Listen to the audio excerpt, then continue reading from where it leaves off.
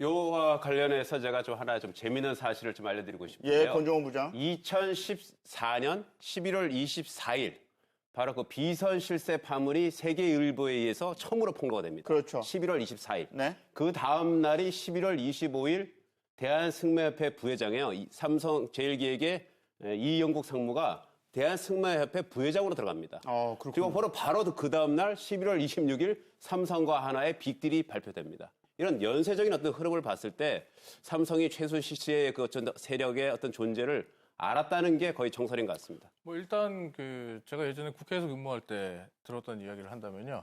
삼성 같은 경우에는 정권이 바뀔 때마다 정권의 핵심 인사를 찾는 게 아니라 정권의 비선 실세를 찾는 데 혈안이 된다고 합니다.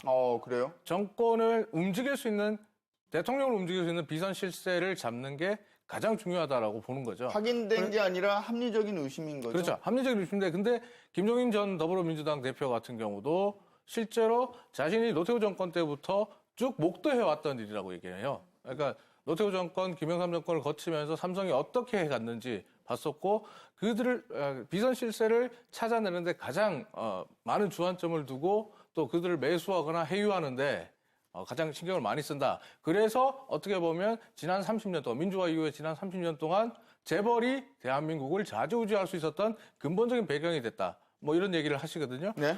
그런데 보면 이번 사건 같은 경우, 최순실 사건 같은 경우는 다른 기업들은 삼성보다 확실히 늦었다는 거예요.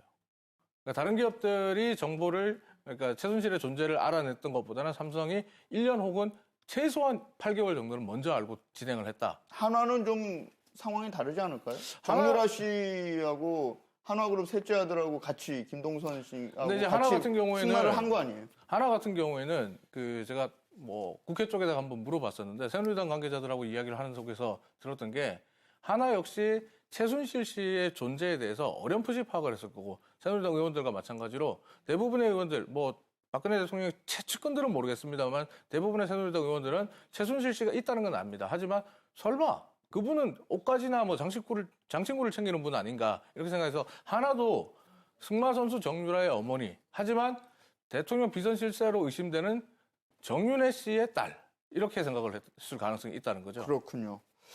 자, 김종